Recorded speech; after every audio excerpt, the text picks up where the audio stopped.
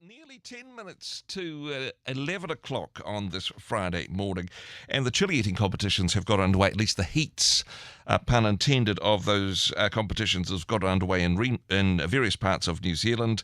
The winners going on to the Hot Sauce Festival, which is happening towards the end of May. And I know, I suppose different people have different responses to hot and spicy food, but joining me in the studio is chili expert and chili grower Aaron Scudder. Good morning. Thank you for joining us today. Good morning, Andrew. It's a pleasure. So what first piqued your interest when it came to growing these chilies yourself? Was it that you loved spicy food and you wanted to have a go at growing them, or was it more from a horticultural angle?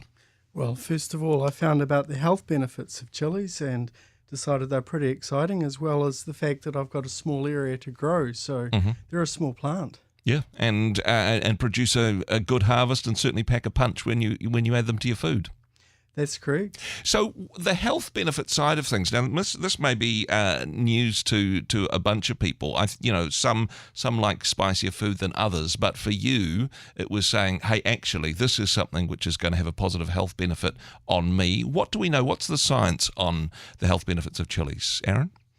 Well, you would find that chilies can help reduce blood pressure, reduce the heart attack chances of heart attack and stroke, loaded with antioxidants, great for weight loss, help with prostate for men, and there's a number of others. So from a health point of view, it's all very good. But when it comes to the flavours and the taste, now I was saying on here beforehand that this may come as a shock to some listeners, but I'm more of a subtle kind of guy, and I find that if the food is too spicy, then all I can taste is the chili. All I can taste is the spice in the food rather than the flavours. But for somebody like you who's a bit of an aficionado, an expert in this, even the chilies themselves have subtleties and different flavours and add different things to foods depending on which type of chili they are. Is that your experience? Certainly. Do you have a favourite type of chili then, in terms of both the growing and the eating of them? Well, I've got an abundant crop of cayenne, and they're my favourite, absolutely. When it comes to the spectrum of spiciness, because this is the other thing that I'm learning more information about today. Look, I know that some peppers are just sweet and yummy, and others might take your face off, but there is a spectrum of different types. The pepper that you prefer, where does that sit on the spectrum of spiciness? Right. The scale is called the Scoville scale. It starts off, the mildest chilies are around 300, so that would be your paprikas. The bell peppers don't contain much capsaicin, which is what causes it to be spicy, but the scale goes right up to, now, I'm not sure what the dragon's breath is, but the Carolina Reaper would be 1.5 million Scovilles. Oh my goodness! So that's quite a lot spicier than it. Does it get to a point, do you think, where, okay, yes, there's health benefits, but actually putting that much spice in your system, you'd think it'd burn a hole through your insides, but actually, I suppose we've got lots of stomach acid, and that doesn't burn a hole through our insides, does it? I don't recommend eating the really hot chilies if you have a problem with your heart. Okay.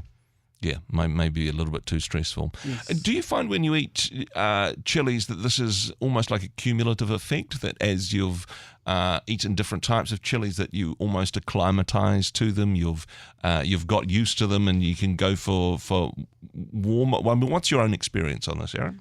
Well, I think you're correct. The Mexicans call the bird's eye chili the gringo killer.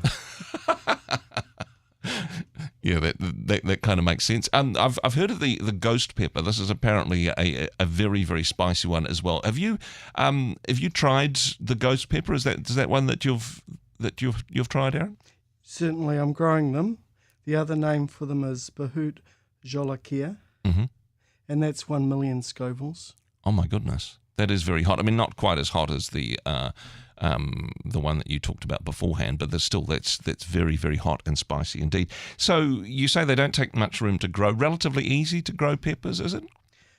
Yes, they're a tropical plant, so you grow them during the summer months, plant them in September. They will not survive a frost. Yeah. Unless, of course, you grow them inside, where hopefully it's not frosty at your place. Yeah. And how long have you been involved with this hobby? How long have you been growing peppers? Well, several years. Yeah. Getting better at it. Yeah, and adding to, I suppose, the different varieties, instead of saying, okay, let's start with this one. Let's bring new members of the pepper family into your garden, as it were. That's correct. And this isn't just the growing of it. Has this changed the way in which you eat? Has this changed the sorts of recipes that you're prepared to try? You're growing them not just to be decorative, but to add to your food. Is that right? That's correct. In terms of competitive chili eating, is that something that you'd be interested in? Actually, I mean, as a competitive eater myself, I'm more of a volume guy than a spicy guy. But actually, with the hot sauce competitions coming up, is that something where you think, actually, maybe I have a go at that?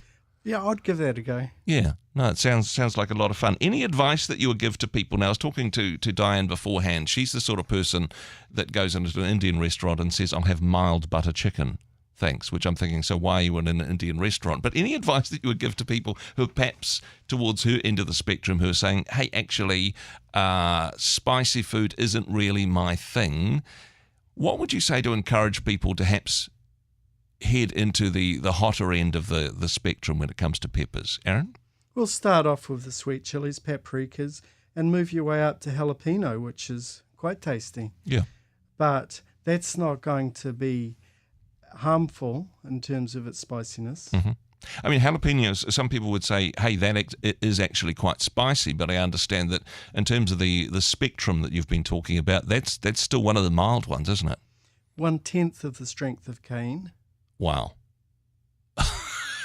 That's helping put things in perspective for people that know what jalapenos are like. So lots of opportunity to find out more about peppers and spices and chilies in particular, and to perhaps encourage people to move further into that area. Aaron, we certainly thank you for your insight on this one. Thank you for joining us in the studio. You've brought some samples in today.